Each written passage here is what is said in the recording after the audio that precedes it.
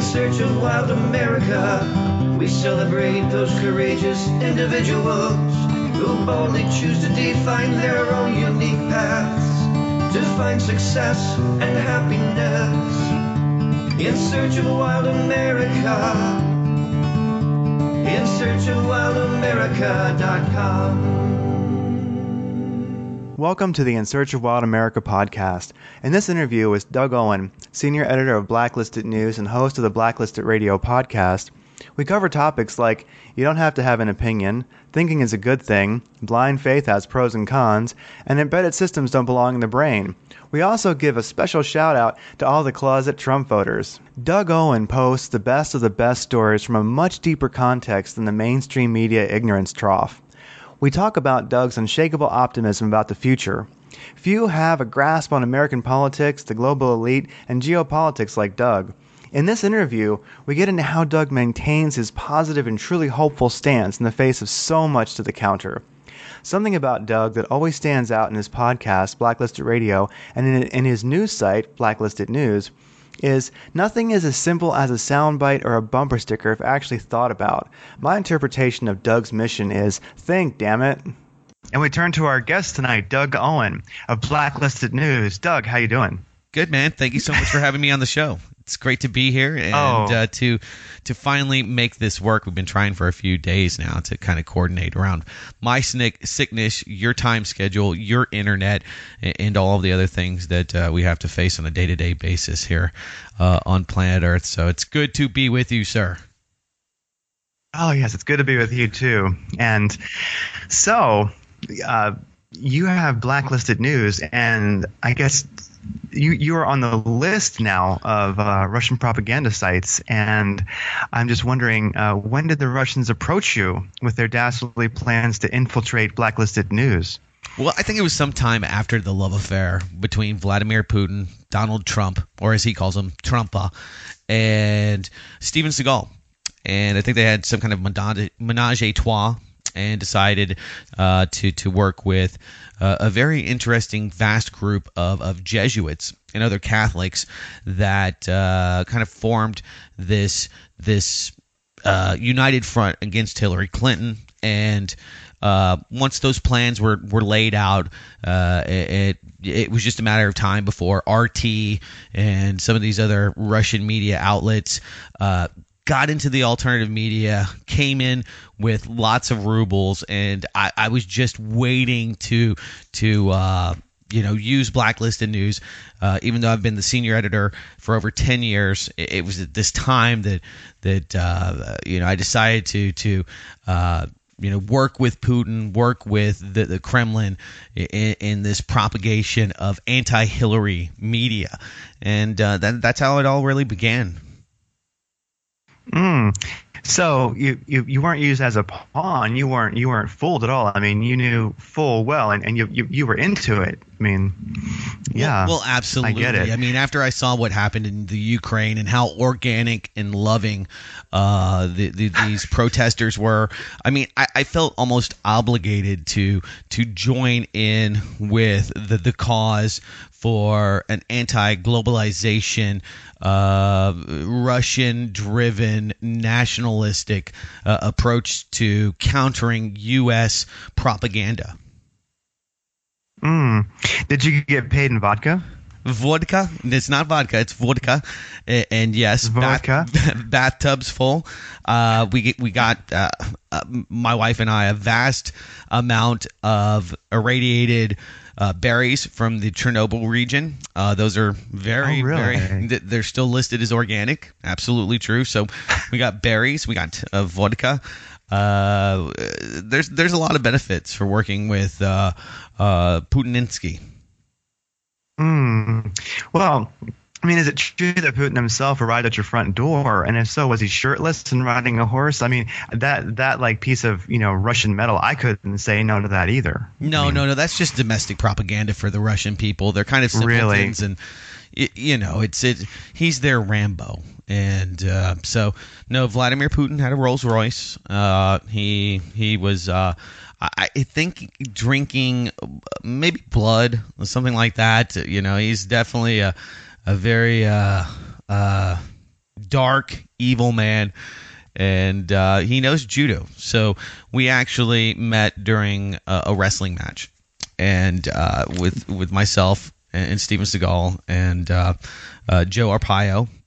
We met on the set when they were raiding the chicken fighting operations. You may have seen the episode with Steven Seagal where he became a police officer in Arizona prior to becoming a Russian citizen. So that was the contact point. It was all through Steven Seagal. Oh, that's amazing. Well, okay. So satire aside, I can assure everybody that Doug Owen is not a Russian sympathizer or a spy. But with that out of the way, I wonder. So right now, that's how ridiculous it really is. Yeah, that's how ridiculous it really is. Is that somehow myself, along with 200 other websites out there, were either being paid Russian propagandists and or useful idiots, becoming part of this echo chamber of fake news that was designed to put Donald Trump into the presidency. And there's something to be said about the alternative media and then the love affair that's happened with Donald Trump.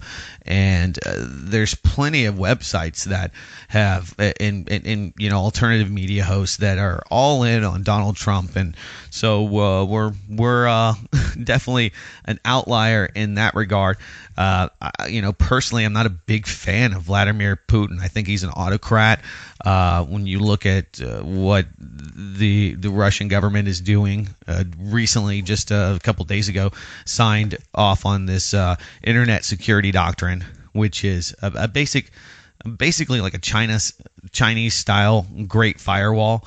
To keep the public from seeing objectionable material and things that may upset the Russian population. So, I could go on, and we've been pretty hypercritical of the security state, and of course the cronyism attached to Vladimir Putin's modern or post modern revolution that's taking place.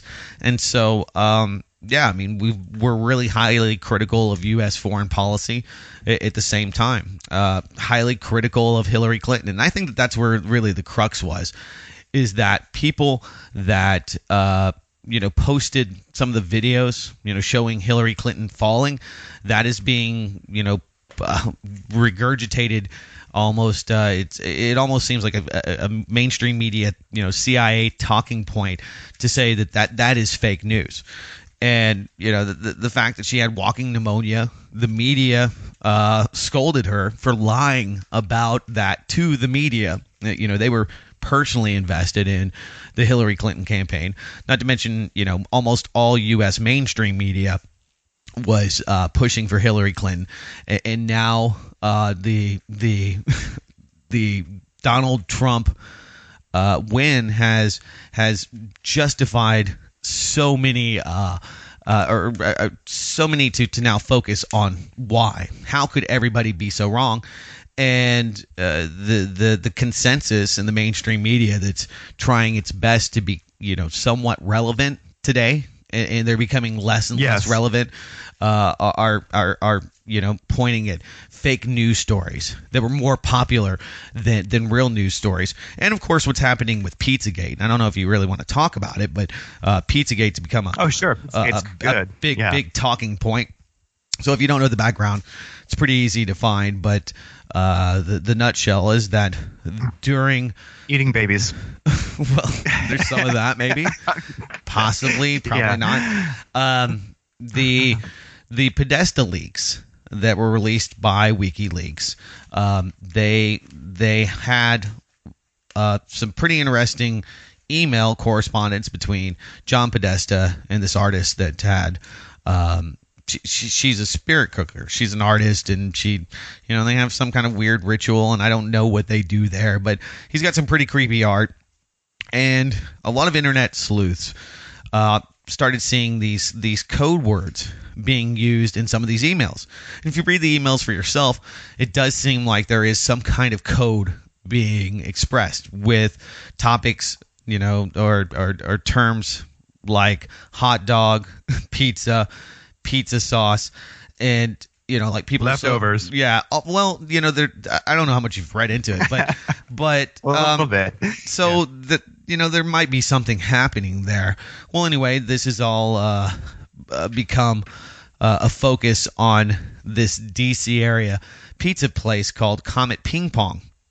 Well, basically, a bunch of people have determined is a child sex slavery operation or ring for the DC elite that operates under this pizza place. So it's a pretty fantastical story, regardless of whether you believe it or not. You have to admit it's pretty fantastical. And just the other day, we had a gentleman, a failed actor. I don't know what that really means. I mean, it just means you probably haven't got a gig yet. Although you'll get some attention now. Went into Comet Ping Pong and actually shot off a round. So, of course, the media, especially Jake Tapper, they're like, oh, my God, this is what happens when a conspiracy theory goes out of control. Oh, my God, it results in somebody shooting a bullet. And I just think about that and try to juxtapose it to the Iraq War. The lies that the media perpetrated against the people ended in the death of millions of people. If you really wrap your mind around that, what kind of weaponized, dangerous information has come out prior to the internet, prior to the alternative media, from the mainstream media that's become so discredited. And so, Pizzagate obviously is a way to really highlight how dangerous conspiracy theories are. And we've had people like Cass Sustain that has written books. He's a political advisor and talked about, how the U.S. government needs to counter conspiracy theories, how dangerous these become, how, listening to Alex Jones is just a bridge to becoming a white supremacist, that kind of stuff. And so, the Washington Post put out this really just lazy article about Russian intervention in the media and these fake news sites. So they kind of go hand in hand in this larger discussion as to what the response will be by the state and by these social media networks that are huge propagation mechanisms for delivering information to their users. Oh, yeah. And I wonder why the Washington Post put it out. I mean, I don't think that was necessarily an organic idea that some reporter came up with, because you look into right there in Blacklisted News, there's a couple stories like House quietly passes bill targeting Russian propaganda websites. Then you have corporate media demands social media ban fake news, and you have I guess like a terrorist database that the major social media companies are going to create in common for one another that they can basically blacklist content and such like that. And of course that's easily abused in so many different ways. And so I look at the Washington Post story and I go, yeah, it's lazy, and nobody who's intelligent, at all, is going to take it seriously, but people do. And even if they don't, does it matter? Because it's kind of like, the Project for a New American Century was already created before 9/11. And so it seems like legislation that's getting pushed through the House and it will soon in the Senate, it already existed before the Washington Post story, before the Russians elected Putin. So it seems like, I don't know, this is just a template that happens over and over and over again. Yeah, and what's so scary about it is if you really look at it, China has been really effective in censoring the internet, and it goes on, and that's what I'm sure people like Vladimir Putin, the Russian oligarchs, the elite, the European and U.S. Dominated, political elite would like to see happen. Obama's really kind of opened the door, talking about we need some way to find out what's truthy. Fact check. Now you're hearing all fact check false, fact check true, fact check. So anytime you have a question about the validity of a source of information, you can just go to Snopes or one of these 6 or 7 websites that will tell you how truthy something is, or maybe you'll get some kind of notice on your Firefox or Google, Safari, whatever browser. That's where you might be reading something that's not true, and for the most part, people are going to have to decide whether or not they think something's true or want to come to their own conclusions. I think that's what's so dangerous, is that you're going to have people that come to the wrong conclusions. I mean, I've done some pretty extensive research into Pizzagate, and I never thought, you know what, I need to go down there and find out for myself, and I'm going to carry an AR-15 in there and shoot the place up. So, I obviously, look at the same things and come to different conclusions, whereas some people, will, you're going to have a certain segment of the society that is, kind of a nutter. And it might not be, very rarely is it conspiracy theories or anything that's considered conspiratorial that drives people to harm others. There's some hate. There's a portion of people that kill because they hate people or want their stuff, which is usually the motive. But you do have these things. But in a free society, you're going to have to accept a little bit of danger, and that's what I think your show and the whole idea of rewilding is that we have to get past this point where, or maybe break through this conditioning maybe we never have before, where we have to accept a little bit of risk in our lives. We're going to have to, if we want a free internet, we're going to have to risk finding information or clickbait that's going to take us to stupid websites that are spam farms. You're going to have to do that. And if the people that scare me the most are the ones that think that somehow with enough legislation, somehow with enough algorithms and enough electronic control mechanisms over the information that reaches the masses, that is going to provide some perfect unity and harmony for all. And that's the most scary thing in the world. The people that think, we need more rules over information. I don't want to be hyperbolic, but it definitely reeks of the book burnings and bannings that we saw in the early 20th century when that's all this information, you don't want to read that book, let's burn that thing so the kids don't get crazy ideas and join ISIS. These books, you definitely don't want to touch those. And that's kind of where we're going. I hope people are smart enough not to be fooled. I hear you. Well, there is no safety anyway. I mean, life isn't safe, whether you live in a totalitarian slave state or a somewhat free country like America. I mean, it just isn't. So that's something I think people have forgotten, and they keep looking up for that safety, and it's not up there. It's not gonna. It isn't. There's no up there. There's no God. Well, there's God, but there's no God nor government that's going to, make you safe. That's just not how life works. And so it seems like maybe humanity's. Yeah, I was just gonna say they can't keep you from falling off a ladder. They can't keep you from, some of the day-to-day risks that we take to live here on planet Earth. I get up on ladders all the time. That's part of my day gig. I do a lot of wiring and things like that. They require me to do work above ceilings where there's electricity that could shock me. If I'm not careful with, my, and very cognizant of my your AR-15 surroundings.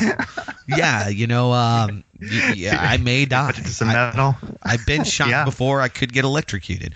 But so I guess maybe a metaphor there is that sometimes some of the rules, some of the things that you do out there in life that with electrical code, make things a lot safer. But at some point, you can't regulate everything to the T. You got to twist that wire nut 5 times, or you can find a nice medium where, hey, we can live together and we have some set of rules that we mostly all agree on, and that's about as good as you can do. Yeah, maybe That's about as good as you can do. if there's a hole in the road, we put cones around it, maybe some flares. There's things you could do to like decrease the amount of danger that people face, but yeah, like they like in Oakland, what was it, earlier this week or over the weekend, where, I mean, like if the building had fire escapes and sprinklers and things like that, maybe nobody would have died. Sure. And maybe if people weren't living in a warehouse, so maybe if there I know weren't it's the so same in many LA. flammable contaminants in there, because it's there's tons of artists that have all sorts of chemicals and things, and if this wasn't chained up, and so building code's one of those things. I guess when I look at government, I'm an anarchist, but when it comes to set rules, things that we can go by, standards that people practice, they don't always have to be set by the state, but sometimes the state does need to regulate that. And we want that. Those are the things that you actually want government doing, not killing in the name of, not nation building, not screwing over taxpayers to pay to service debt. Those kind of things that become parasitic on society. Do I want them to have a building code? Absolutely. I've been to Mexico. I see what the world's like without building codes. In California, where the world shakes every once in a while, it's good to have building code. Those things don't bother me at all. But when it comes to information, ideas, and the regulation thereof, this is one of the things that makes us unique, and that is that we have the First Amendment. We have the ability to speak our minds, and we should be able to project that through the internet.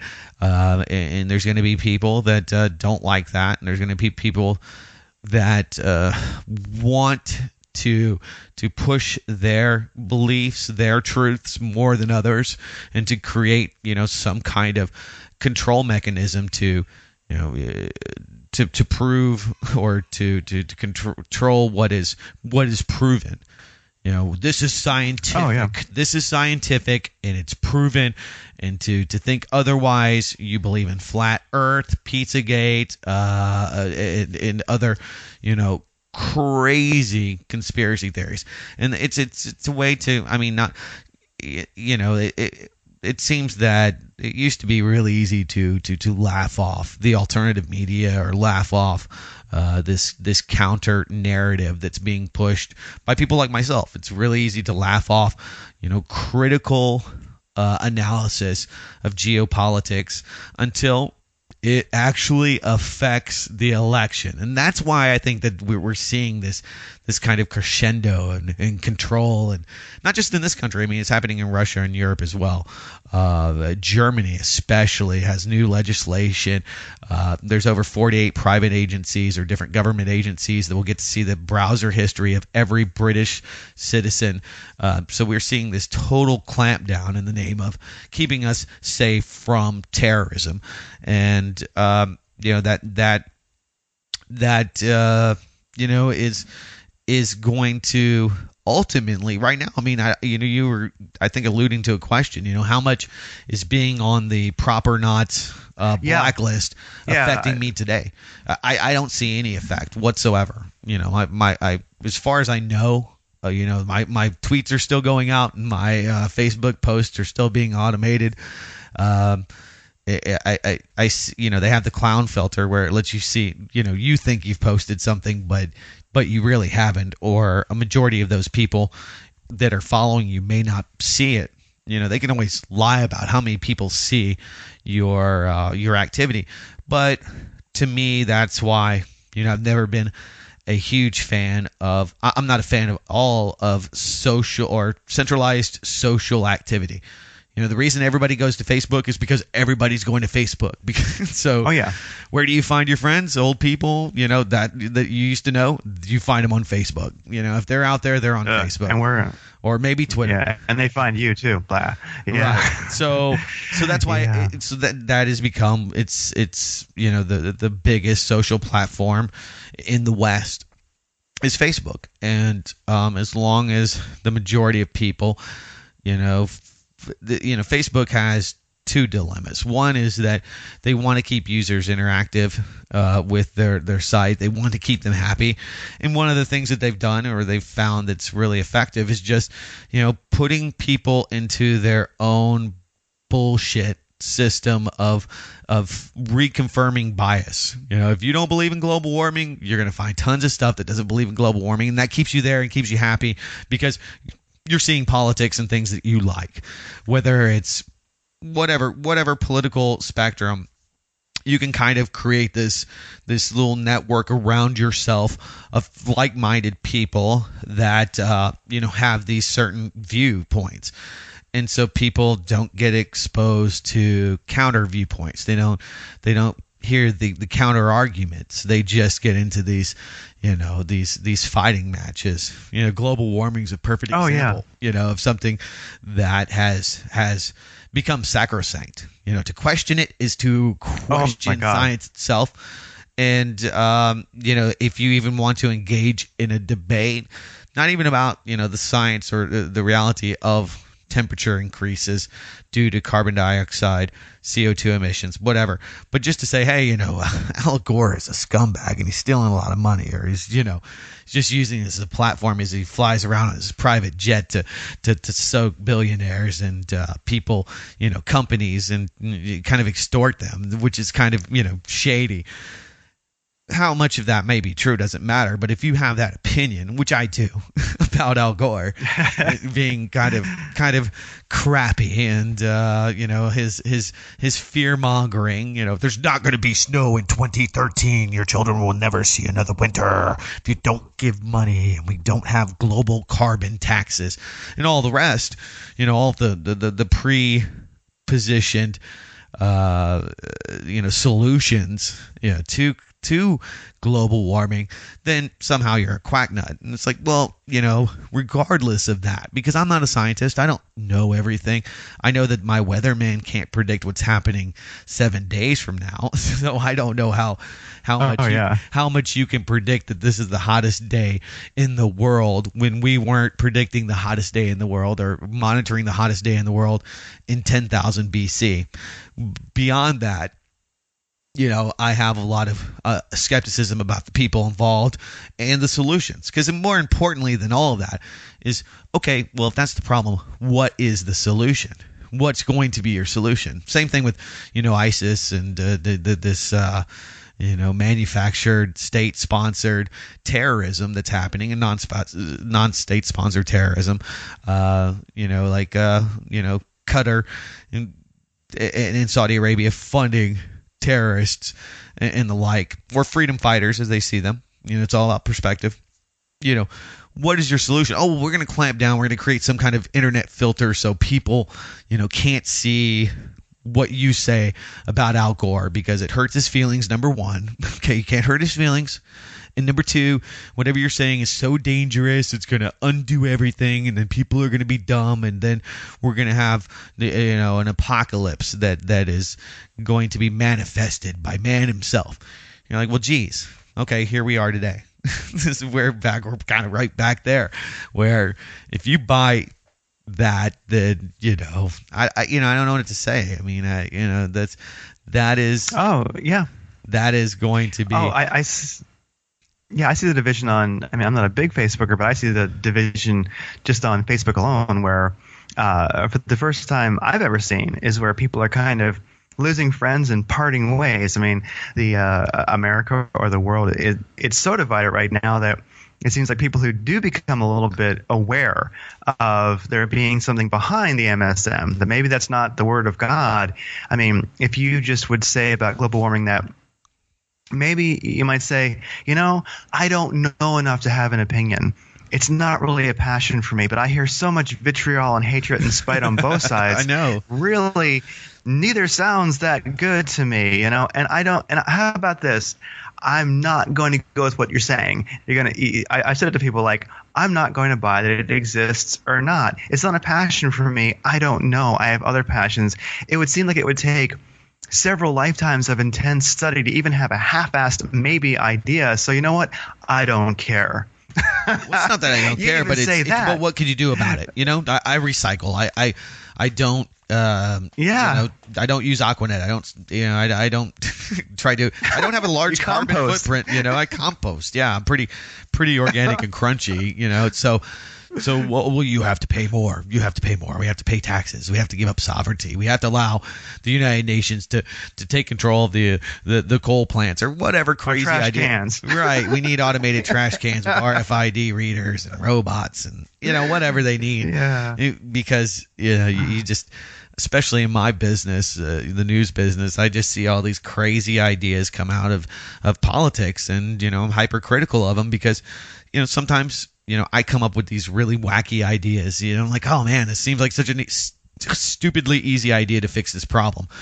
And then, somebody says, well, yeah, that sounds great, but did you think about this? And you're like, oh my God, I never thought about that. So you refine and you come back with these ideas, and, at some point you have more information at hand to make a better decision. You at least hope.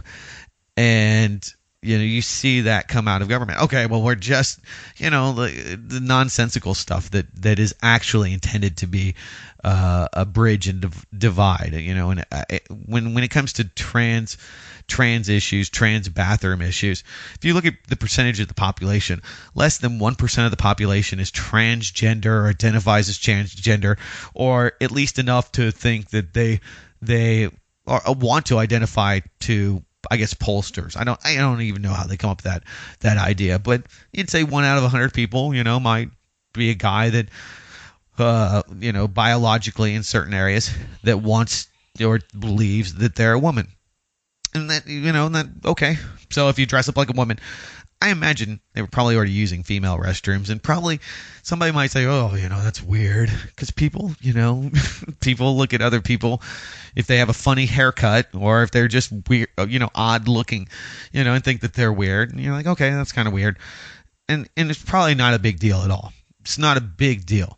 But then when you get all these laws going and you start fighting for this right that you probably already had, we need the right to go into the other bathroom, to make people, okay, well, that serves a very, very, very small percentage of the population. And the fact that I'm disinterested with it is, one, because I'm not transgendered, and if I was, I would probably, I generally don't want to go to public restrooms, period. And I'm not transgendered. I don't take a crap in a dang, porta potty if I can absolutely help it anyway. So, I don't know what the big deal is, but it serves it's such an issue for such a few people, and the people it does affect, and the few, and of course the offended, all the people out there, they feel like they're so connected to it. It's like, I talk with my sister. I love her to death. She lives in Seattle. She's one of those people on Facebook that, if I talked enough about politics to her, we could probably start hating one another. Really, honestly, that's what happens on Facebook. People just, I can't believe you're this dim-witted. It's happening a lot. It's happening a lot right now. Yeah, it's really sad because, no matter that was the point of it all. You're not on, if you're a Democrat or a Republican, you're not on the right side. You're not on the good side. You're not on the virtuous side or the altruistic side. You're just on a side. You're on one side of you're just a team, a part of a team.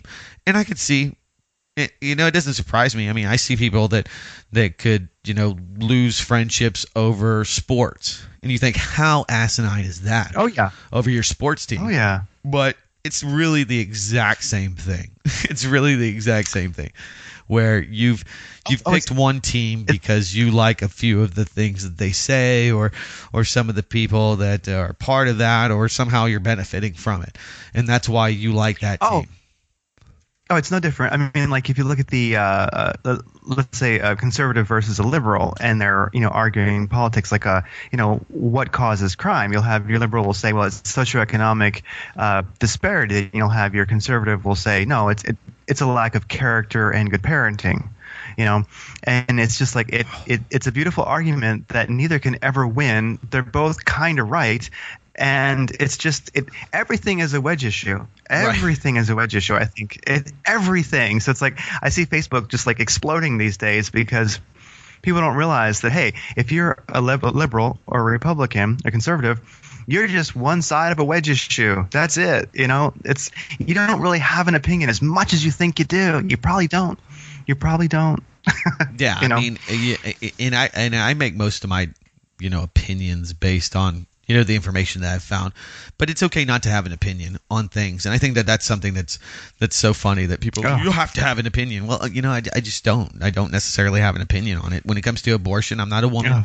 I haven't been in some of these situations. I can see and understand, some of those situations. I can empathize, and that's about all I can do, really. So that's not an issue for me. I understand why it's an issue for some people, but I don't really have to make a determination. I don't think it's good, obviously, but at some point, maybe with all these variants, that maybe it's okay, and maybe it's just easier not to have government involved at all, because when you do, you have to make these determinations. Is it this trimester? Is it this? And so, as far as somebody being in that position, I don't know what the best outcome for every person in every situation ultimately could be. It's kind of like with the same thing with if you say, well, you want to legalize drugs, well, you want to legalize heroin. Yeah, because people should be able to put things into their body and make decisions about their body, even though they're not the right decision. When are you affecting just yourself if you do heroin? Well, you're probably affecting your family.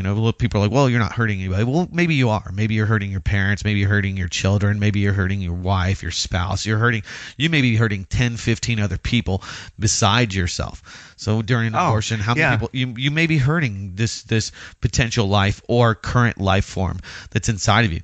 But that just you start going into the ether, when you get into these conversations. And so it's like, well, I just don't think a bunch of old Republicans and or Democrats, mind you, are going to find a perfect solution for every person there. So you have to decide what government does, what it should do. And that's what I look at. Okay, when you have the SNAP, the Federal Food Assistance Program, people are like, SNAP. People are just spending this money on junk food, and these kids are getting food stamps for Mountain Dew and energy drinks. We need all these new laws to prohibit what people can use it for because it's being used wrong, or it's being you can create a Gestapo and all of these new rules, and then, you can't buy energy drinks. Okay, well, now the government has to define what the hell an energy drink is. Now the government has to have some Gestapo to figure out, okay, Red Bull, you're an energy drink. Naked fruit juice, you're not. You're healthy, even though you're full of crap and sugar. Okay, but you're good and you're bad and you're on the. And of course, all of those companies want to be on those lists, so they're going to bribe or lobby to be on whichever side because they want people with food stamps to buy their crap over some other product, or maybe they're going to buy out those other products and they want to know which way the FDA or SNAP program's going to go. Oh, yeah. It's like before you just think about it, it blows your mind when you hear people, well, they just need to stop that. Okay, well, come up with a plan. How much money do you want to spend regulating money that you're giving to poor people? How much do you want to spend? What kind of Gestapo do you want to have? Do you want to piss test them monthly? Do you want to spend millions of dollars on that? How much do you want to spend to vet whether or not they deserve that money? If they've tried hard enough, if they've gone to enough job interviews, how many people do you want to pay to monitor that? You get in, that's government. that's why I find a lot of people are disinterested in it and just have these like slogans, like you said. Well, you've got an opinion, but you probably don't, because you just. I get it all the time with calls to my radio show when I choose to take them. Well, you think this, and this is a really black and white issue. It's like, yeah, people shouldn't do heroin. I don't think they should. But when you stop them, or when you try to do these kind of things to control what people put into their bodies, then you're gonna have a police state. You're gonna be putting people, because if they don't do what you want them to do, the end result is you've got to incarcerate them. You've got to punish all these people. So exactly. Well, got to punish them. Exactly.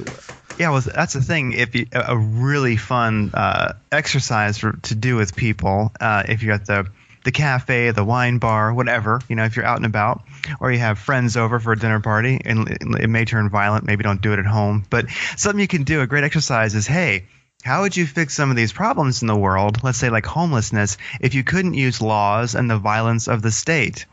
Yeah. What if you couldn't use violence? What if you couldn't use fear and power? What if you couldn't use the SWAT team? How would you fix these problems? Now you have to actually think, not just, be a damn totalitarian asshole. Right. Yeah. Basically. Now you have to convince people that you're right. And that's what it comes down to when I talk about, anything. It's like deep down inside, I'm very humbled because there are billions of people on planet Earth. My opinion's just one. And your opinion doesn't really matter unless you put together a plan. You get other people to invest themselves in that plan if you want to be a crusader and you want to change something in society. And I haven't really found anything in my personal life that I want to change so much other than, countering and getting people to think. That's my big thing, okay? You've heard what CBS, you've heard what NBC has put out there, and maybe you should consider this. And let people make that decision. Okay, hey, this guy, he has an alternative viewpoint. He makes some great points. Okay, great. Then maybe it's not compelling at all. But at least you gave it a chance. I mean, it's like, how can you listen to Rush Limbaugh and NPR in 1 hour? Pretty easily, because I'm driving around and Rush Limbaugh makes great points about the political infrastructure. He makes great points about how the Democrat and Republican hierarchy works and understanding, party politics, which is to a lot of people, but I find it interesting. But at the same time, NPR brings your attention to a lot of, environmental issues. They do have a lot of stuff that's very, liberal tinted, but there's plenty of other things that are there that, I think are valuable and informative, and so I appreciate a lot of their podcasts, even though I disagree with like 35% of it. And I think, that's what's lacking, and maybe that's what people need more of. You find people that are so angry or because they feel so attacked, that people are telling them they're under attack. You're under attack. All the time. The media is telling you your culture's under attack. Your homeland's under attack. ISIS is gonna kill your kids. There's people after you, and so people get so bent up in it that to hear anything to counter just drives them nuts.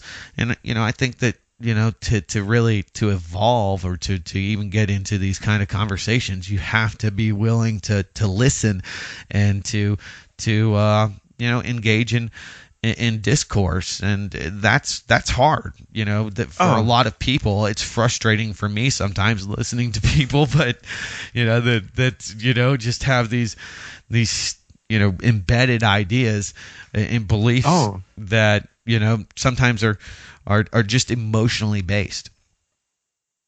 I like that. Embedded ideas, kind of like a hard-coded, embedded, little set of instructions, little operating system on a computer chip. It's not editable. It's just kind of read-only. It can only do certain things. It's it's really like the reptilian part of the brain, like the brain that a snake has.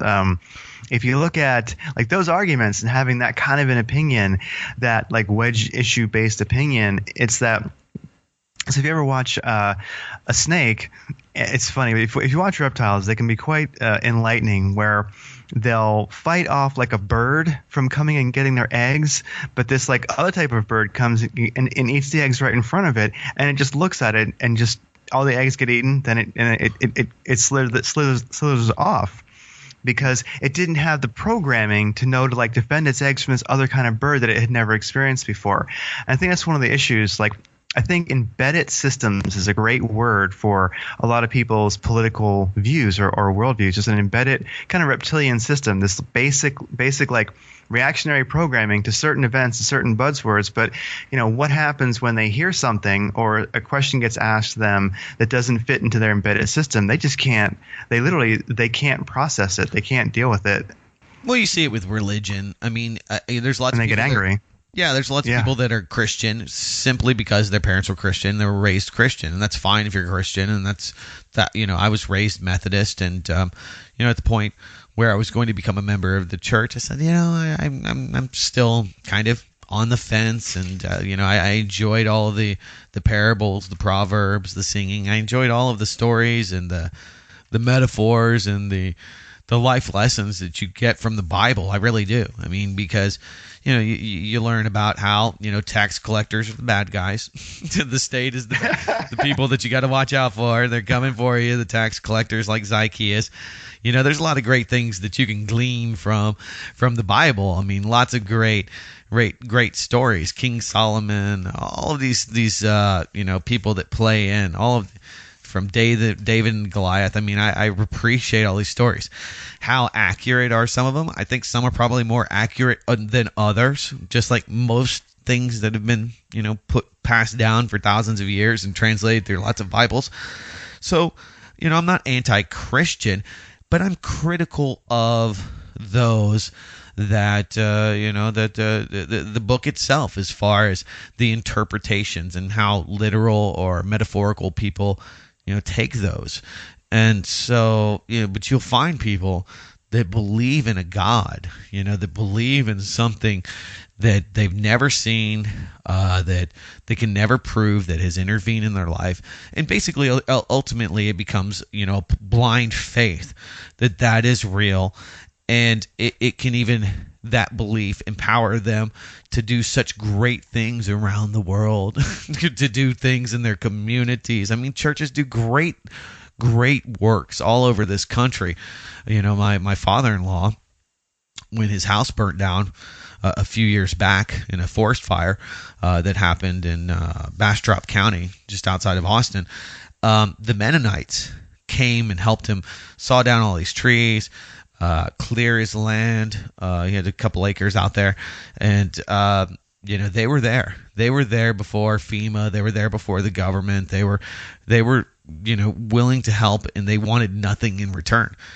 So when you see like how that is inspiring, because that's the power of people and the power of belief, and how it can empower you to do things that are so virtuous, but that is a huge amount of power. It can also, those kind of embedded systems can also, definitely not be so virtuous. And definitely, I've seen their machete work. Yeah, it doesn't. It doesn't always go so well. No. So that's the kind of the power of faith that people have. And so there's a lot of people that have faith in the New York Times. There's a power and a faith in the liberal media. There's a power and a faith in Fox News that a lot of people have. And so there are these embedded systems that when you counter them, it becomes almost, they have an emotional response to that.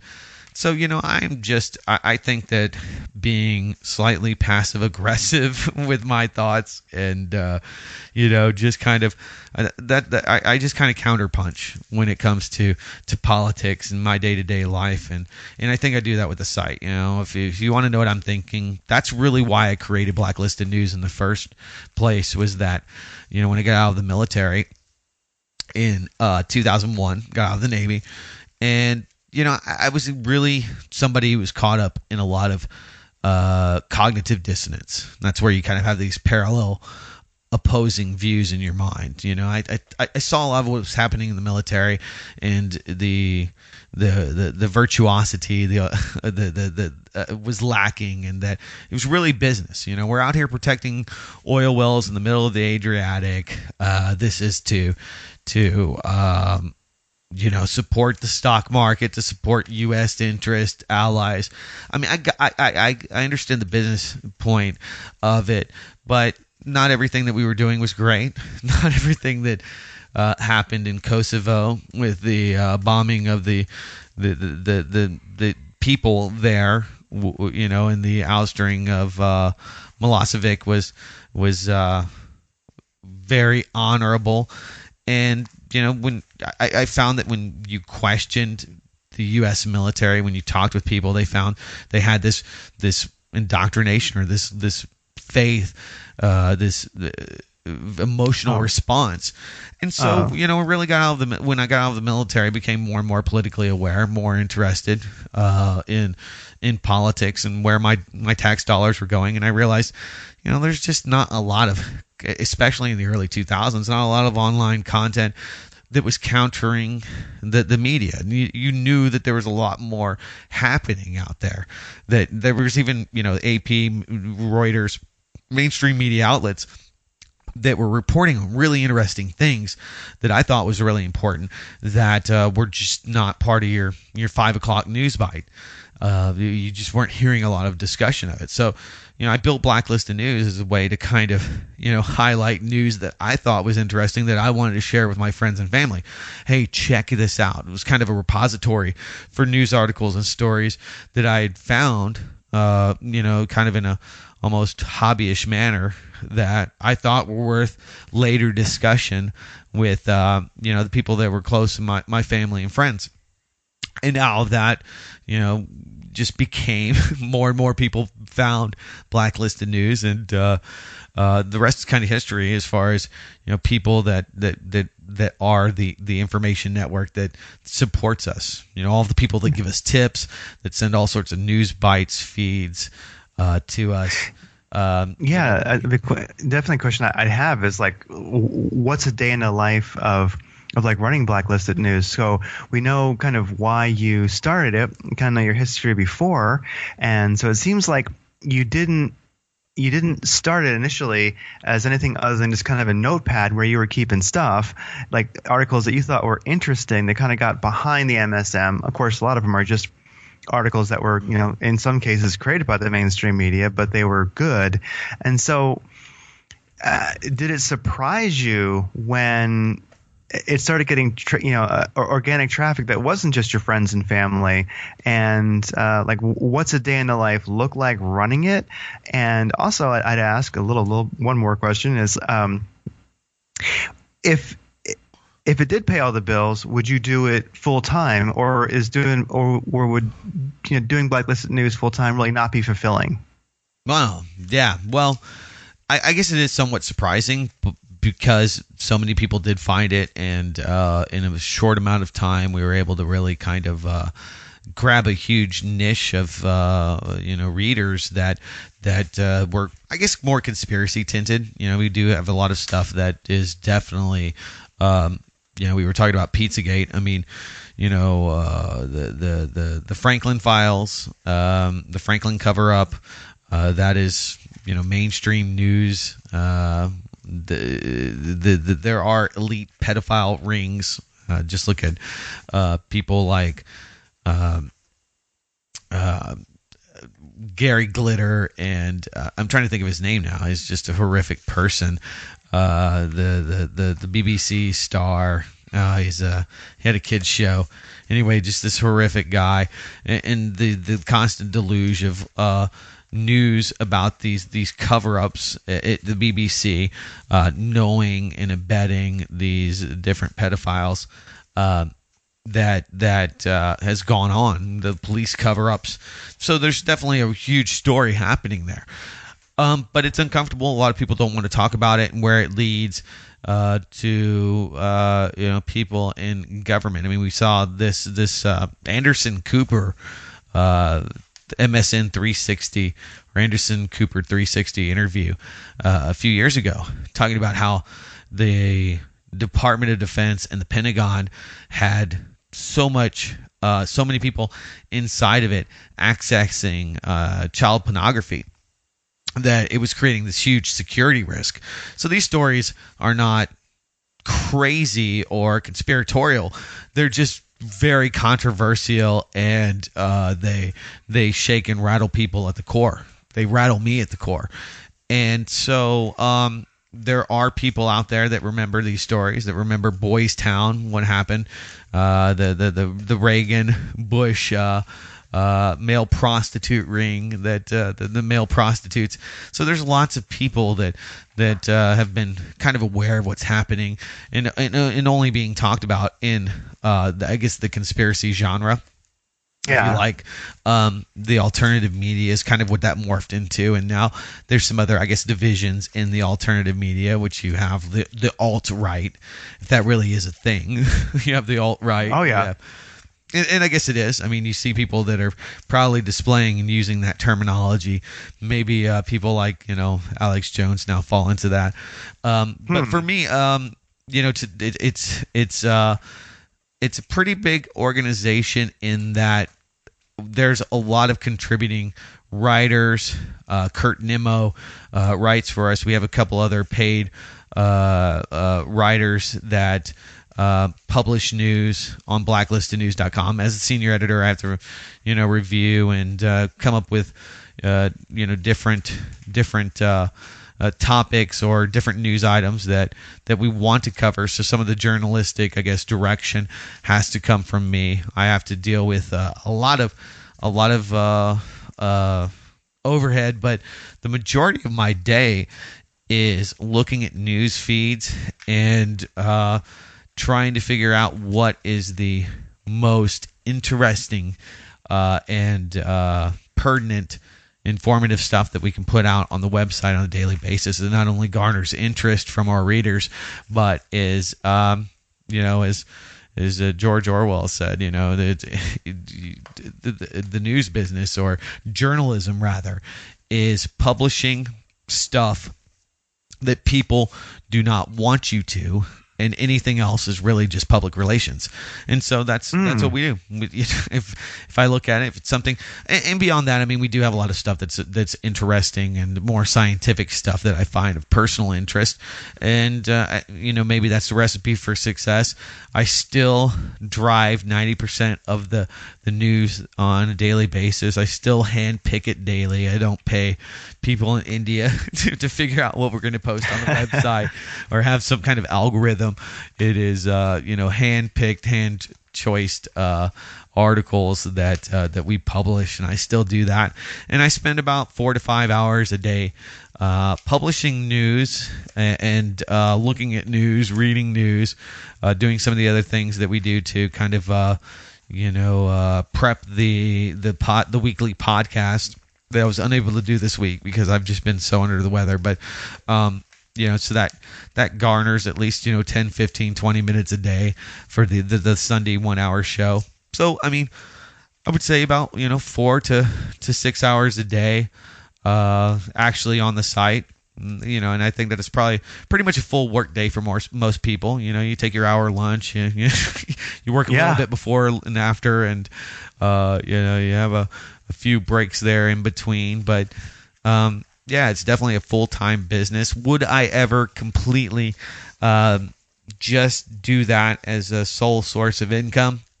One of the big problems that we have today is that we have, unfortunately, just a few different models for news revenue. You can take donations, and when people pay you, one of my favorites and what I use for the podcast, which is only semi-successful, wouldn't be successful if I needed to pay bills with it, but it's the value for value model.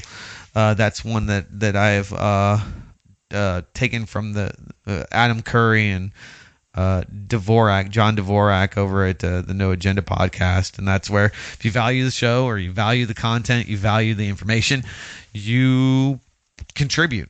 It's commercial free and there for you. So we don't get a lot of donations, so we have to deal with advertising. Advertising is one of those things that it's changing. To get a lot of money from it, you have to have pretty annoying ads, things that people don't like. So that's one of the things I really have to balance is, how much advertising is too much, what's acceptable to me, what I think is appropriate. And, you have to consider everything, as far as, the amount of bandwidth your users are going to have to use to pop your page with all these flash banners and other crap that people are not there for. That's the balance with providing media.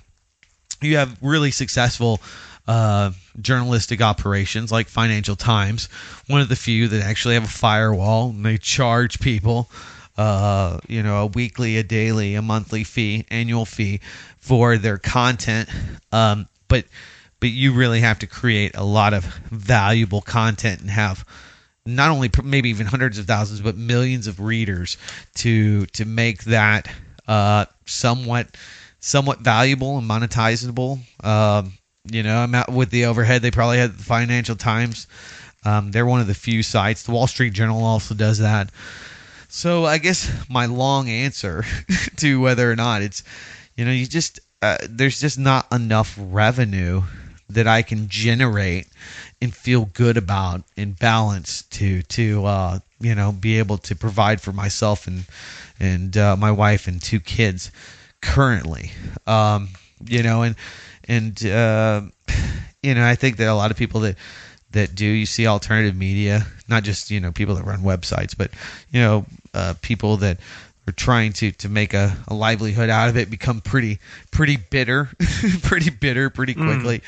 And it's one of the things I don't want to do, be bitter about it. I really enjoy it. I don't do it for the money, but we do put so much work into it that if there was no revenue, it would be hard to justify it all. I mean, the revenue does justify in small part some of the time that it takes away from your family. It takes away from everything else when it's not your primary job. If it's your primary job, then most families, most people can get around that. Hey, that's what you do for work. Daddy's got to go to work, right? But when it's something, this has become something that's become more of a hobby in my free time. People are like, what do you do in your free time? Well, in my free time, I'm running my website when I'm not regularly working. So that becomes like a hobby, which, I mean, I guess as far as hobbies, it's one that keeps me out of the street at night and doesn't cost me lots of money. Other hobbies I have, like smoking cigars and, traveling, camping, going out and eating, those kind of things. Those, oh yeah, those cost money, whereas blacklisted news does not. It just deprives. It's unfortunately we just have only so much time. Here on planet Earth. That's why I don't do a whole lot more with the podcast right now, and I would love to, is because we just have finite amount of time to generate the resources that we need to live comfortably, and to that's why you were talking about earlier. You're like, well, I just haven't had time to form an opinion. There's lots of things I have not had time to form an opinion on currently that I will probably retouch later in life. Yeah, I would always encourage people to definitely make it a priority and take time to live life. Yeah, I mean, it's rather short, especially as you get a little older. It just seems like you look back and go, wow, I wish I had done more. Everybody wishes that, or maybe you don't, but it's like, don't waste your time on too many opinions. Live. Yeah, so that, I mean, in the end, the idea of working, whatever we're doing, is to basically buy ourselves life, so don't miss it. Well, I would ask, here's one, like a little, not even off topic, but so who was Doug Owen as a teenager? Like, I'm wondering, like, were you a normal kid as a teenager? Like, or was Doug Owen kind of always Doug Owen? Were you always like aware of and searching out like the deeper stories to things? Like, it seems like you must have always been. I imagine Doug Owen as a teenager being the contrarian he is now. Or did it come later? Yeah, I think I'm just a kind of a cynic. My father was as well.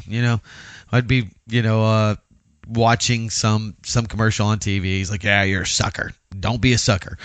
And I realized real early, that being gullible is not the way to be in life. And, when I started looking, I think a lot, really my wake-up call was kind of the counterculture.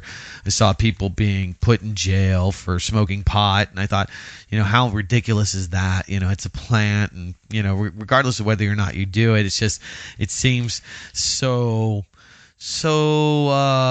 authoritarian. You can't smoke pot. You can't smoke this plant. And then when I started researching, I realized, hey, this is a great alternative to using, trees for paper and, a lot of the other things that were hugely beneficial.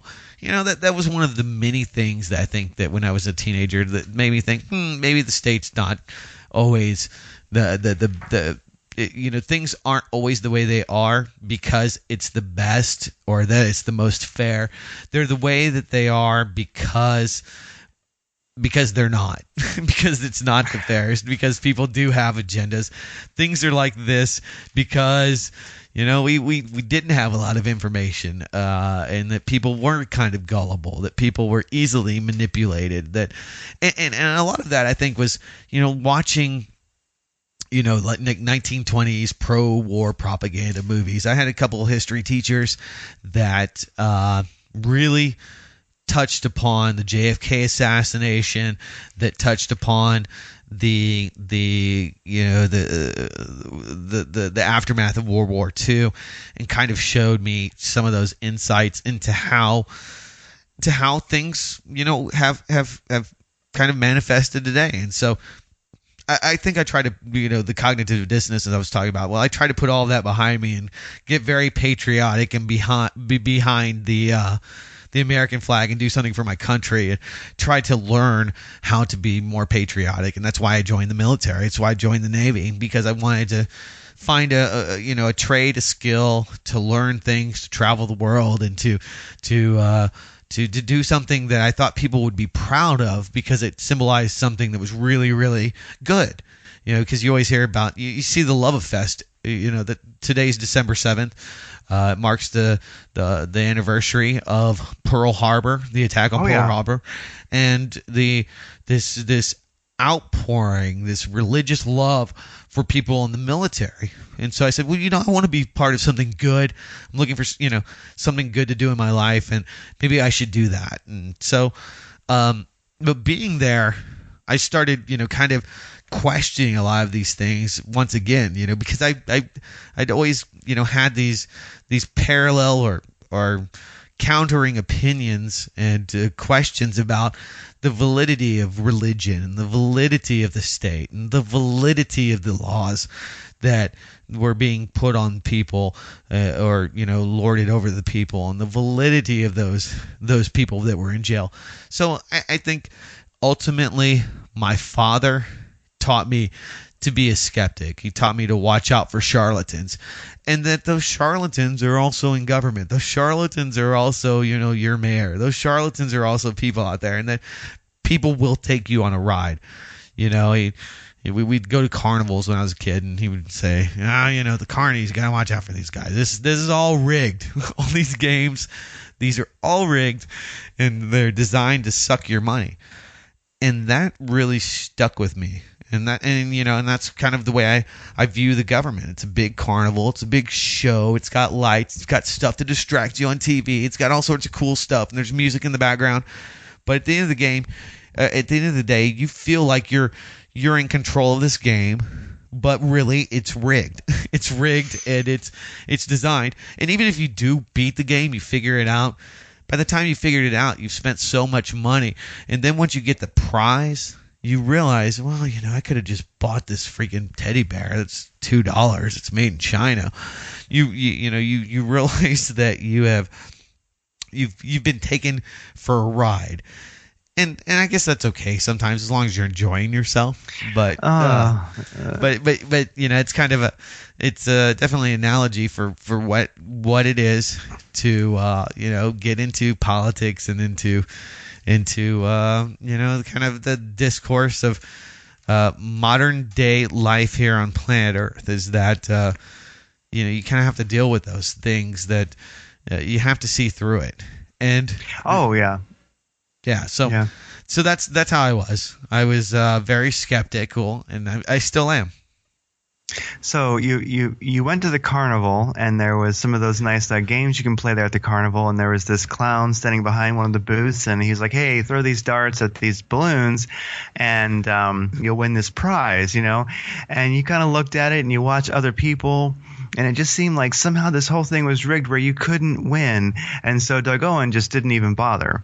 You know, No, maybe I got taken for a ride a few times. You got taken for a ride. Yeah, you got to get taken for a ride. I mean, and that's okay. You know, we all get taken for a ride. There's plenty of political, candidates that I thought were really great at the time, and I figured that they took me on a ride. There's plenty of, there's just lots of things that every day you find something else that's what makes me humble. It's like, I totally believed this thing forever, and now I find out that it's not even true, that's what's hard for a lot of people. And I think, well, that's part of wisdom. I mean, that's the thing. That's part of living for a while and gaining some wisdom. If a person's lucky, is like I realize like right now I have no doubt. In fact, I know as a fact. I don't know what they are, but I know there are things that I believe that are not true. Probably. You know what I mean? It's I guarantee it. And so Sure. And everybody's that way. And if you've lived long enough and you gain a little bit of wisdom, you realize, hey, it's just you get taken for a ride. You believe things that aren't true. Yeah. Yeah. And sometimes you got to fall for things hard, and then you finally realize, oh my God, it's like the best one I think of is my mom would always tell me if you touched a baby chick or a baby bird, that the mother would smell you on it and she would kill the baby or leave it there. And this is just a really nice way to get you to not touch the dang dirty bird that might have rabies or something that had fallen in the yard. But I believe that, and probably into my 20s, maybe even my 30s, that the bird's going to smell you on the chick, and it's not going to pick it up and put it back into the nest. So don't touch it. And I remember being like, don't want to touch that bird. And then I told somebody that, and they're like, dude, that is the biggest crock ever. And I'm like, what? And then I Googled it, and then voila, it's like, oh, this is a famous wives' tale. You're like, really? I bought that forever? Yeah, and it's it's like, as a parent, I think about it all the time. It's like, well, people ask me, well, what are you going to tell your kid about Santa Claus? And I'm like, I'm just going to be honest. It's this, in my mind, it's the spirit of Christmas kind of personified. That's what it is. When you get a present from Santa Claus, he didn't really come in and turn off your alarm system and leave some presents for you and read your mind or read, because that's just a weird story to like try to explain to kids and then to unexplain why you told them that. So, it's quite simple. I just try to simplify things. Hey, we're just going to tell them it's the spirit of Christmas. And it's funny because some people feel like that's the absolute right thing. Don't lie to your kids. Your kids will never be able to trust you if you lie to them. And then some people think you're robbing your children of their childhood. You're robbing them of this rite of passage to enjoy these things. And so, maybe both people are right in a certain sense, but I'm just going to go with what I feel more comfortable with. I'm going to say, let's just be honest. Let's just talk about it, because that's the way I feel most people should be. Hey, you know what? We made some mistakes. Let's just be honest about it. Okay? You screwed up. Okay? So let's just move forward. If we can't recognize the mistakes that we've made and atone for them, at least somewhat, or at least apologize for them, then you can't really go forward. And that's really where, I see a lot of, like Hillary Clinton. She was just one of these people that, did so many things wrong. What happened in Libya, what happened with, with Iraq and all the other things that she had her handprints on. She couldn't just say, hey, I didn't think it would turn out that way. I just, we had a good plan and we thought we were going to do the right thing. It just turned out bad. And I'm really sorry for that. And I really do care.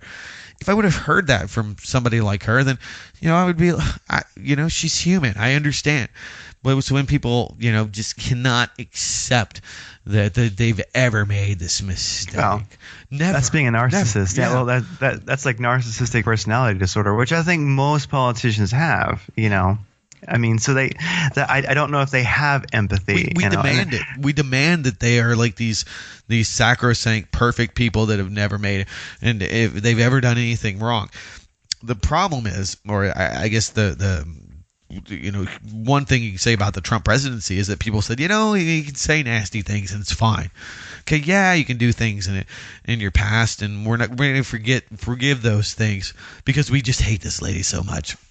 And 46% of Americans said, we hate both of these people, even Gary Johnson and Jill Stein. Even if they knew about them, I'm not going to vote for any of these people. It doesn't even matter. They both are horrible, or they're not worth my time. The difference between the two is not worth my time to go down there.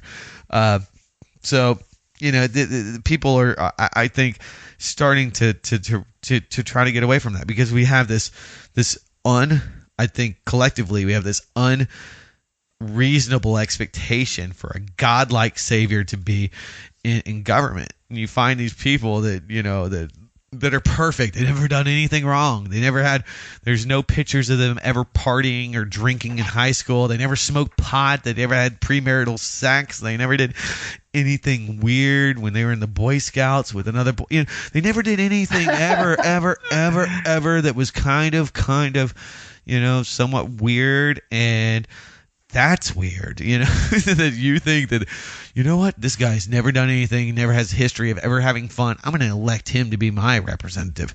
Why would you do that? Why would you elect somebody that is nothing like you to be your representative? So I don't know. Yeah.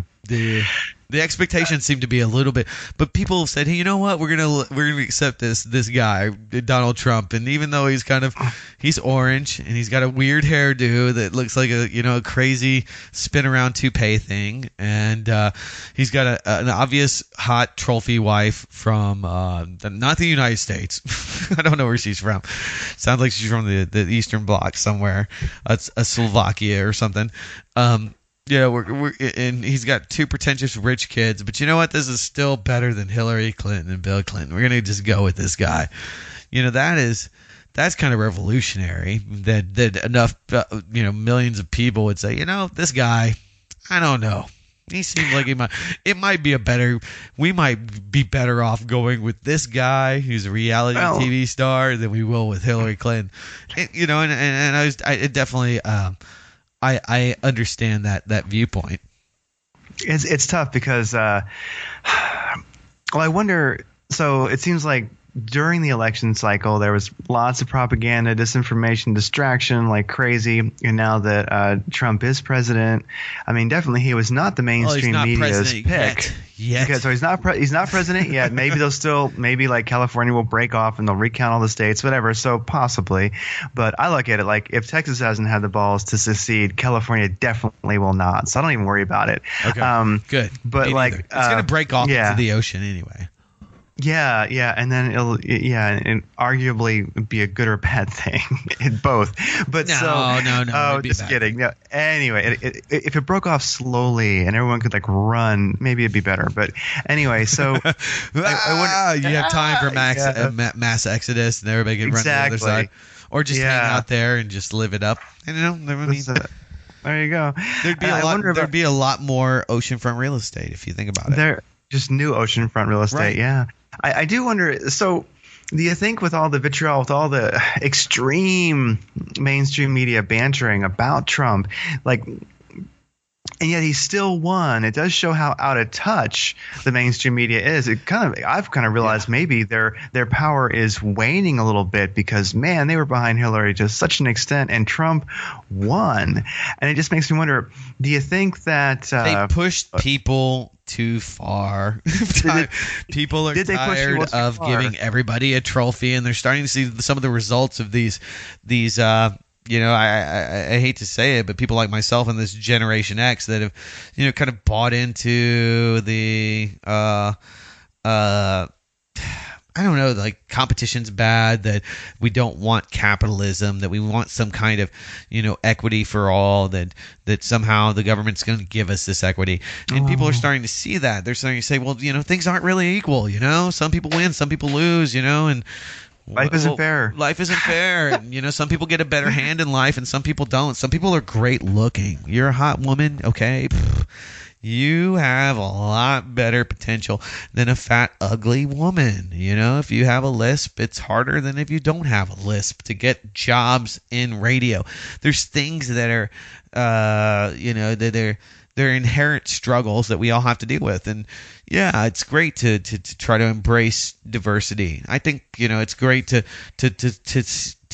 meld with other cultures and to come up with your own cultures and to create your own culture. Those things don't bother me. I know a lot of people feel offended. Oh, don't mess with culture. Okay, well, somebody else's culture had to be, melded into your culture. It's just when it happened and how long ago and whether or not you like it. But you have a lot of people that I think have just started to call shenanigans on all of this bull crap that has been fed to us.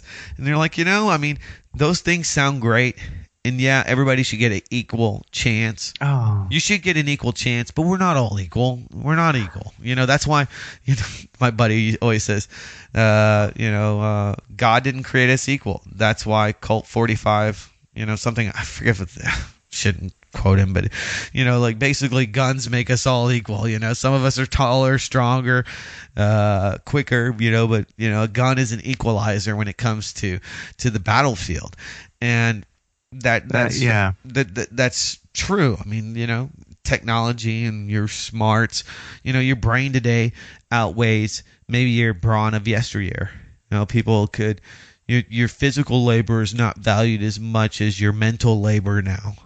So things are different, but they're definitely not equal.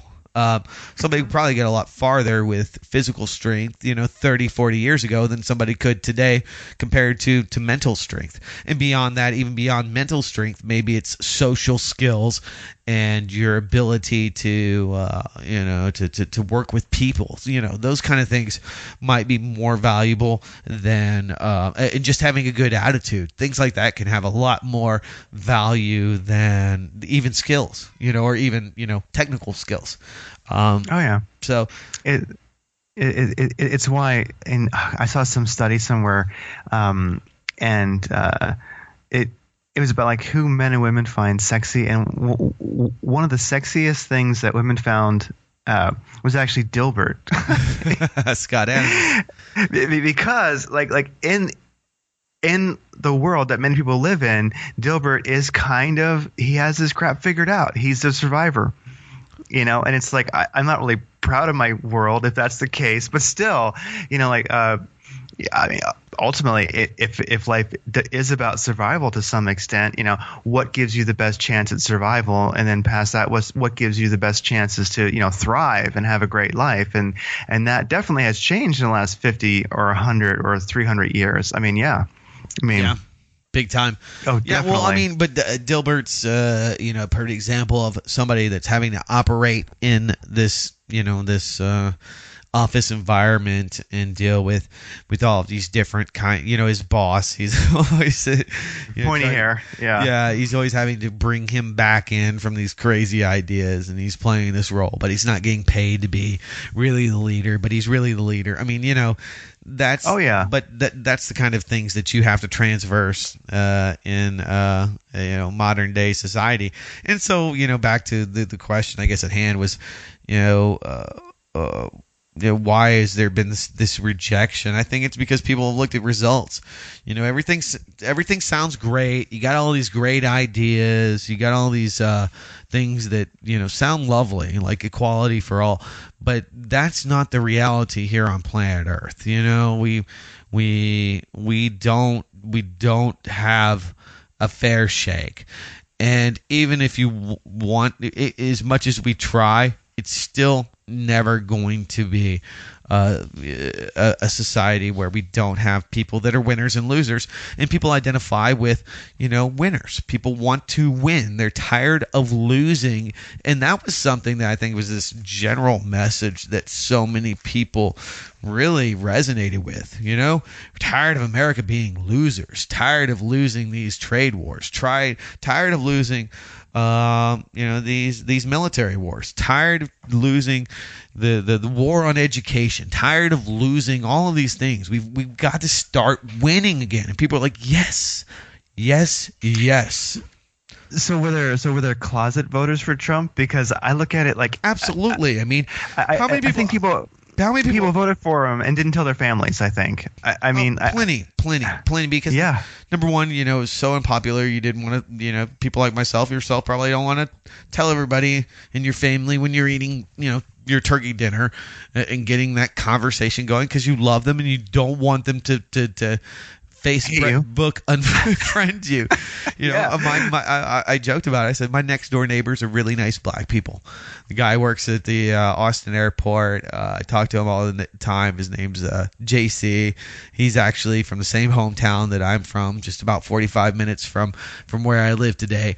And nice guy. He's got the same problems that he's got a crazy wife, and she's demanding, and he's out there putting up Christmas lights. And I was just talking to him the other day, and I'm like, yeah, man, I don't want to tell him that who I voted for or what my politics are. I don't even want to bring up Trump because I don't want to offend him, and I find myself, and I thought about that. Would even though I didn't vote for Trump and I didn't want to put a Trump sign in my front yard, I thought about, man, if I put up that Trump sign in my front yard, he's going to think I'm racist, man. I don't have a lot of hair, and I'm white, I'm male, and he's going to think I'm a freaking skinhead. And, even though, who knows? Even though he may be a huge Trump fan, he might have been like, F Hillary, I love Trump. I don't even bring it up to him because, I just don't want to even go there. But we don't have profound discussions about stuff. He's my next door neighbor.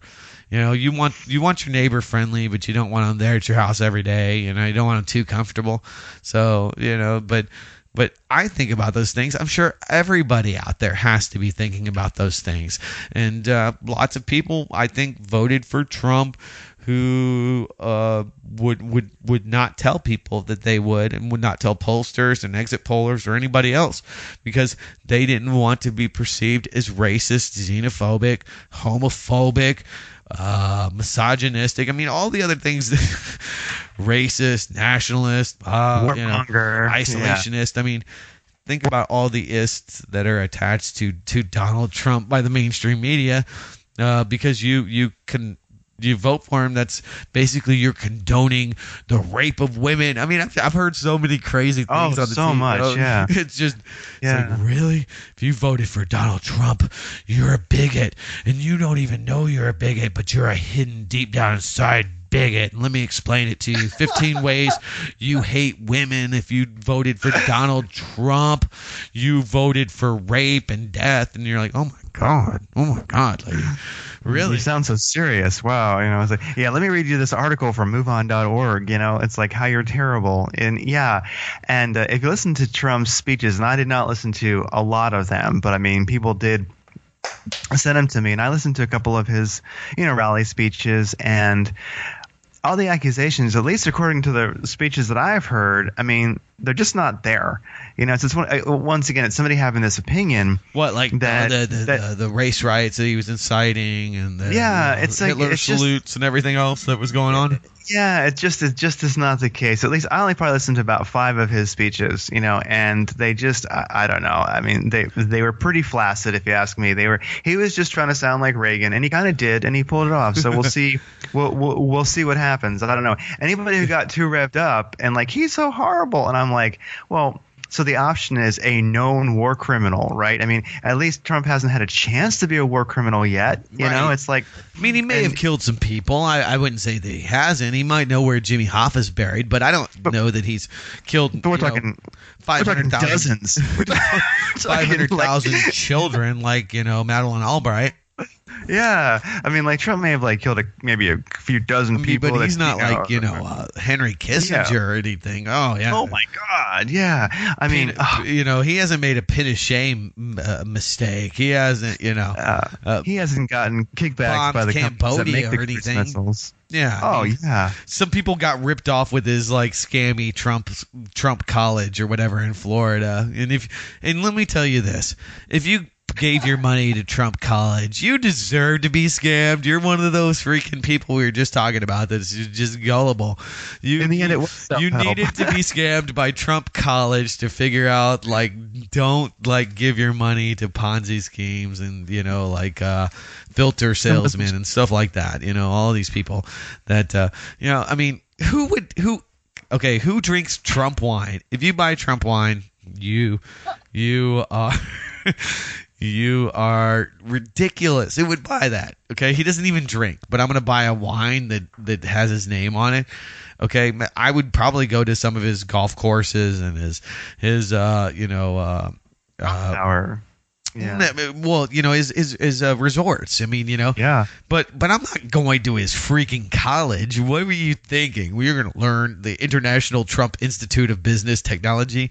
I mean, it's worse than DeVry. I just think about that. They're like, all these people were totally scammed by the Donald Trump college. And I'm like, yeah. Well, I mean, it sounds like a scam. It sounds like Amway. It sounds like something that's going to... And people are like, that's not a nice way to think about that, Doug. And I'm like, come on. How much money was it? How much did you, I guess he settled that so he didn't have to go to court and, they'd bring out all the pretty scummy things that, that this Trump college did. And I think he just really sold his name. It's like these wine companies. We're Trump wine. Okay, well, Trump just bought this and put his name on it. He's become a brand. A TV reality star. And I mean, I think that really started with Reagan. I mean, Reagan was an actor, and he was a Hollywood elite and an FBI informer, and he helped McCarthy go after commies and the like. People are like, there's no way you're ever gonna vote for some Hollywood actor type, who has no political experience and has no understanding. I mean, and now the Republicans, hail Reagan as a god, really. He's an archetype of, Republicanism, the Reagan Republican. And I'm hypercritical of Reagan, too. I don't think that he was this, godsend that everybody else thinks. But he did preside over some pretty interesting years, and some of the things he did were better than others, but just say no and stuff. At least he had a little testosterone. At least he was our last interesting president. So maybe at least Trump will be interesting. I don't know. Maybe actors make interesting presidents at least. Well, I guess I would wrap it up because we've been talking for a while. I just ask, and I'll let you finish that thought, but do you feel optimistic about Americans waking up to the fact they're being controlled and manipulated by the mainstream media? And if so, how do you see this unfolding? I mean, I feel that you probably are on the forefront. You're really on the edge of maybe being able to see that more than other people because of the website and because of your Blacklisted Radio and such. I mean, and maybe the interaction you're having with people. I mean, does it seem like there's this Is there any hope of any kind of a mass awakening happening, or should we just, figure it's going to be business as usual and be sure to have your storable food and your guns and your fallout shelter and your cellar full of, I mean, basically, what's your take on are people getting smarter, or are we just, or what? Is there a direction at all, really? No, I don't think there's going to be some mass awakening because there's always going to be people that are kind of gullible. There's always going to be people out there that are going to go to Trump college and, be surprised when they find out it's a ripoff. There's going to be those kind of people. And, so there's always going to be a huge segment of the population that's just going to be disinterested with politics, period, and not see it for anything more than what it suits them in their own lives. And I mean, there's always going to be a huge contingent of people like you and I and all the listeners that do care, that are the people out there that find that to be more interesting. Politically aware people are interested. Small people talk about other people. Moderately smarter people talk about issues. And, really brilliant people put forth solutions and come up with ideas that influence the world. And so, I think you're always going to have that tier of people. I mean, there's stuff for public consumption. The public talks about things all day long, like Trans-Pacific Partnership. Perfect example. Hillary Clinton. We were just talking about her, and I'll wrap it up with this. But she had a public and a private position. And I guess you probably have to on most things. There's something that you tell people to the public because you know you're going to be almost hypercritically judged on those comments. There's going to be things that you keep to yourself because you don't want them to know, that maybe you voted for Trump, things like that, and you're going to have this the divergence between those two things. I think that there's always going to be people that feel one way and say other things or don't say things. I think that when it comes to being I just don't think that there's going to be some crescendo where people are all going to see everything and understand it. I think more and more people are absolutely understanding that the big thing for me is that the solutions, we have to judge those because those are what are being put out there. These are the things that we need to do to solve the problems. Most people agree on problems that we have societally. What we don't agree on is what we should do to fix those and how much government should intervene. So I'm very hopeful. I think that there's plenty of dialogue going on. I wish more people would come to the table and bring fresh ideas and expert opinions to really help guide that forward. But as far as information, it's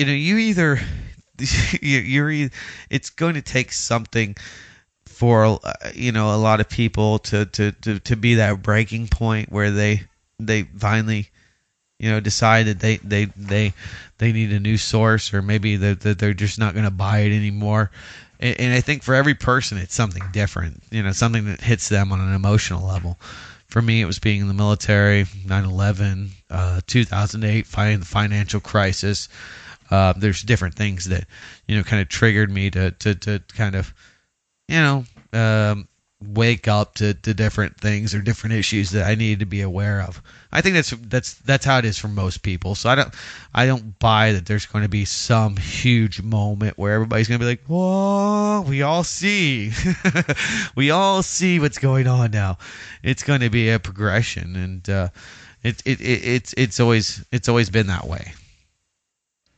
Oh yeah. There's not going to be a John Lennon moment. I get it. I mean, there could be, and it'd be nice if something did, but what would that be, and how horrific would it have to be? We need something that will destroy the planet before people figure it out, and even after that, people would be like, what? So I'm not one of those advocates for some kind of cataclysmic thing, something horrible to happen. I think that's something that is almost romanticized by some. We need the economy to just blow up and everybody lose everything that they have, so that everybody will understand how crooked Bernanke and the Janet Yellen and the Federal Reserve is. Yeah.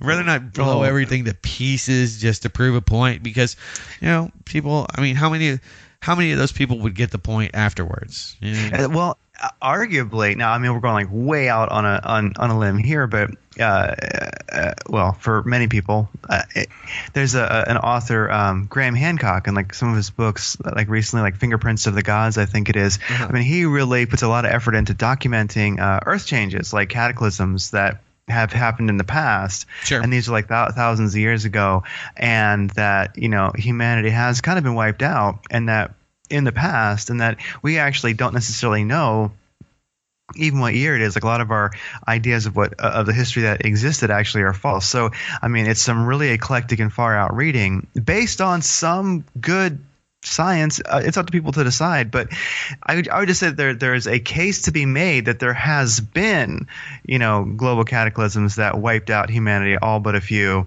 And, well, as you can see, I don't know, are we smarter than we were last cataclysm if it happened? We just recreate the same mistakes. So ultimately, I think humanity has to get wiser, and it would probably be a very, very slow process if it actually happens in a linear curve at all. That could be a good thing, really, because, I mean, any immediate rapid solution to things usually, is short-sighted. And so it does take a long time to come to the best conclusions.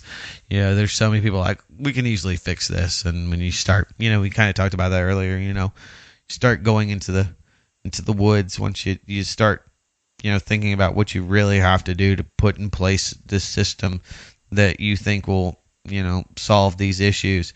And so, one of probably the best things, the saving grace is, our system is slow to react, and we have a lot of vested interests, not just the people in power. It's companies, it's businesses, it is people, it's perception. So those things all do kind of play into an overall decision. It's not always the right decision. A lot of times, more than not, it's probably the wrong decision. But that process allows people to kind of digest it. You don't want something where you have a dictator or a ruler. I mean, it's one of the great things. As scary as Donald Trump may be, he's not a king. He's not a emperor. He is the executive of 1/3 of our government, and that we don't have a king in this country. And that's something that I think people now on the left should think about. How much power do you want to give to the executive branch? How much power do you want to give to the president? Oh, you like giving Obama power because you thought he was a nice guy, but now there's not such a nice guy there. We're giving him too much power. Well, it's not really Donald Trump your fear. It's the power that the executive wields now that he's going to have. So we I think a lot of people are like, ooh, we gave Obama too much power because look, now Donald Trump has it. Yeah, you're right. We shouldn't give him such a power grab, or let a lot of power grab in the executive branch, and giving these war powers an extraordinary tools to somebody like Donald Trump. So, some of the stuff that we saw over the last 15 years people will be more critical of. Okay, we need to think about this now.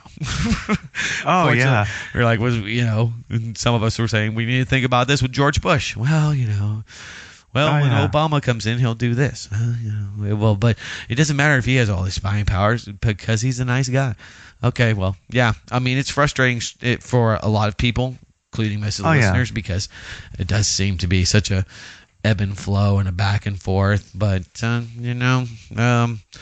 I wouldn't be having children if I wasn't optimistic, but, I am very pessimistic as to, how this all turns out for a lot of people. I think the optimism is that, if you can find throughout history, people have thrived. Certain populations and civilizations have thrived, but not everybody on planet Earth thrived, and not every person under an oppressive government has thrived. And the people that have been able to live well on planet Earth had to be pretty amenable. Tough. Yeah, you had to be tough, and you had to be resourceful, and you had to be pretty smart, and figure out. When some people know when to get out of the stock market, some people know when to get in. You got to know when to get out of the country, know when to get in.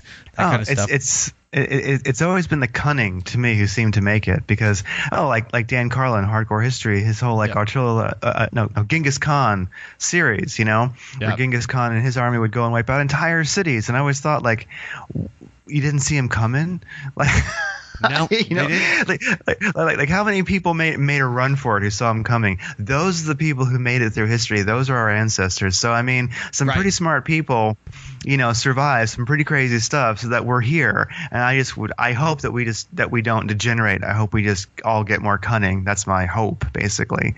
Well, that's kind of the point of your show, to rewild. Well, Rewild. I know you got to go. I got to go. And I think we covered some amazing ground tonight. We hit topics like you don't have to have an opinion. Thinking is good. Blind faith has pros and cons, and embedded systems don't belong in your brain. And hey, closet Trump voters, thanks a lot. We'll see how this turns out. That's about it in a nutshell, for sure. Yeah, that's a short version of the podcast tonight. Well, thank you so much, Doug Owen, for being here. Well, I appreciate being on your show. I really do. Thanks a lot, Craig.